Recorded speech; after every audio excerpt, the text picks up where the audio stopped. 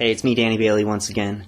I just have to share with you what's been going on with me since I started watching Andy Jowett's Minecraft videos on the AndyEpicfAIL channel.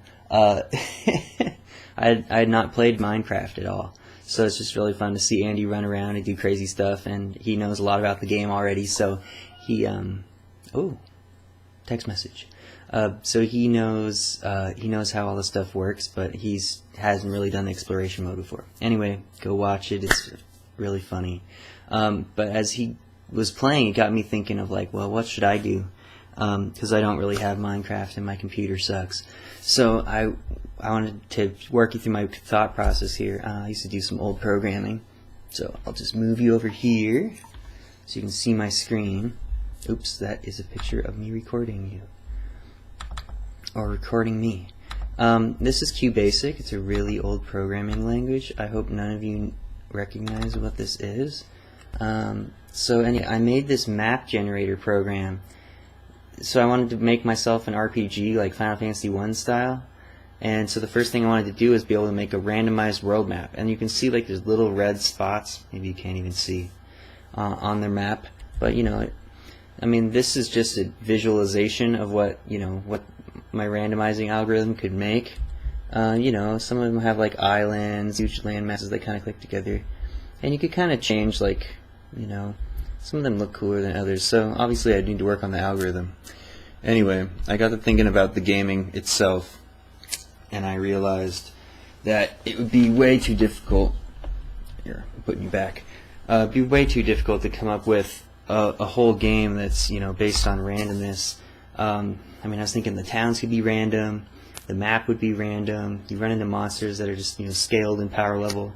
You know, not quite like Skyrim, but anyway, it was quite a theory, but I realized it was just too much of a project to take on right now, because it would just be insane.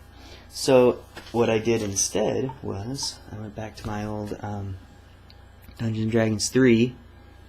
Sorry, those of you who have to suffer through. But hey, it was a really good deal. Got them for $10. But I never really played Dungeons & Dragons 3. I had a few friends that were, you know, willing to try back when I had like 2. But I never really learned all the rules for 3 that much, especially because of all the feats and skills and all that stuff that they added since D&D 2. So I just started making characters. I think the first one I made, I rolled out a monk, so you probably can't see the stats. Strength 15, Dexterity 10, Constitution 10, Intelligence 15, Wisdom 15, Charisma 10. So that's pretty decent. There's no actual penalties. A +2 for Strength, +2 for Wisdom, +1 Intelligence. And it was fun to just kind of like put together the character and sort of like, you know, I sort of quasi-randomized what race it would be. I was thinking, well, it should be some kind of human, but then I was like, well, maybe it could be an elf. So then from there I just kind of rolled some dice to see, you know, make some decisions for me. But I ended up going with nunchucks for the monk. That's cool. You know, not much else to say about that. But I thought about what a monk would be like. Lawful neutral, well-traveled and hardy in combat, always serious, has great pride in his order. So that's the monk. I didn't come up with a name for the monk just yet. The next one that I came up with was this one that turned out to be a sorcerer. Again, I'm not sure if you can read that too well. Strength 12. Oh yeah, I can see that. Strength 12, Dexterity 5, Constitution 13, Intelligence 11, Wisdom 11, Charisma 18. Woo! Yeah, I rolled an 18. Well, you know, 4 dice, dropped the lowest. So yeah, it's like pretty cool, except for like -3 on Dexterity, so definitely not a thief.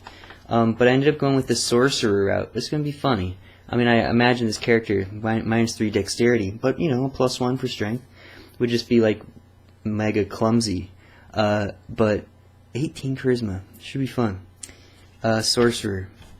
Anyway, I picked all these like goofy, you know, sort of like escape from combat type of things, where it'd be almost comical. Mage Hand would be funny. Daze would be useful. Detect Magic would be useful. Flare to kind of, you know, disorient people. Mage Armor for defense. Grease to, you know, more comedy kind of thing. And then I didn't pick the final spell yet for level 1. Anyway, a lot of extra spells because obviously the high charisma. So, anyway, I'm just having some fun with this. Got a spear, crossbow. I was like, oh yes, well, if it starts with a crossbow, that's the starting package. I was like, well, that's gonna be funny. It's like, don't use your crossbow. You're gonna like shoot one of your own team. Dexterity, you know, 5 minus 3 onto the roll. Comedic but clumsy, benevolent, an erratic streak, and a reputation for finding trouble, but still always finds a means to escape, with a hawk as his serious sidekick. Oh yeah, so I picked a hawk as the familiar for this sorcerer. And then I was reading up on the hawk, and it seems like it's pretty legit. Armor class is like 17 or 18. So the hawk is not going to die, and the hawk is pretty good in battle, so, you know, it doesn't matter if the sorcerer doesn't get to live. Yeah, I just did all these, you know, learning about the rules. I have to, like, flip all sorts of places in the book just to be able to know what's going on. So I hope somebody out there knows enough Dungeons & Dragons to be able to laugh at me for doing all of this. Then I made a bard, and it just had, like, so many bonuses. I was like, well, these are really good rolls. Except for Strength 9. Okay, I'll start off low. Strength 9 at -1. Dexterity 13. Constitution 12. Intelligence 17. Wisdom 7. Charisma 16. Plus 3. So I got another really high charisma character with high intelligence. I was like, should this be a mage? I was like, I already have a sorcerer. I don't really want to do a mage too. So then I was reading up some more. And I was like, well, having dexterity, charisma, intelligence could be fun for a bard. So anyway, it has a whole bunch of abilities. It has a whole bunch of skills. I mean, skills because of the extra intelligence. So that's cool. I ended up going with, like, you know, weapon focus on a longbow. Point blank shot is the extra feat because he's a human. And so I went with the longbow for him. I don't know, just kind of where it ended up. And, you know, he's really young. He's 16 years old, human, so it seems young. And I wanted to do, like, true neutral, because, like, maybe he's sort of just, you know, indecisive on everything. So I wrote, fascinated by books, socially aloof, but charming. A young adventurer doing all it takes to find out secrets of the universe, while deadly with a longbow. And optimistic. Well, I figured he could be true neutral, but sort of like an optimistic way. I mean, there's people that be true neutral just because they're pessimistic about all the options. I wanted to have a true neutral character that could be you know, optimistic about being lawful or optimistic about being, you know, chaotic. So, anyway, it's just sort of where it ended up. And, you know, there's level 0 bard spells. Okay, last one, I promise. I just have to get this out of my system.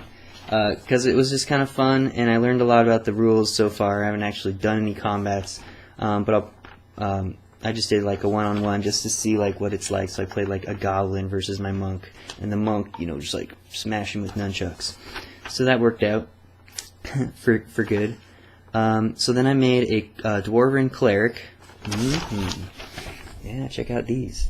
I got strength 15. Does that say 15? Plus 2, so 15.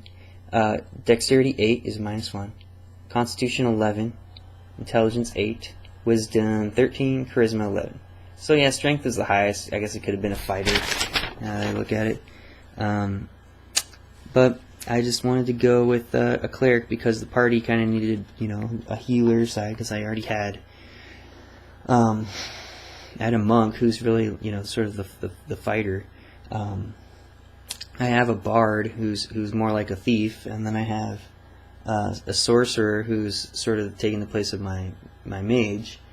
Well, anyway, they're all sort of like hybrids of the old Dungeons and Dragons classes, so I think it's so interesting. Anyway, I wanted to go with a real cleric on this one. Anything interesting? Well, they suggested to do a warhammer, so I chose that feat, martial weapon proficiency for warhammer, and so that's pretty cool, because the dwarven deity on the cleric is, you know, uses a warhammer as his symbol or something. So a cleric of Moradin, the soul forger, chief deity of dwarves. This guy has enough compassion and wanderlust to bring good fortune to his own name. while smiting evil wherever it can be found. Wary of bureaucracy and institutional rebellion, he believes that goodness can be found among friends. So instead of lawful good, I went with neutral good.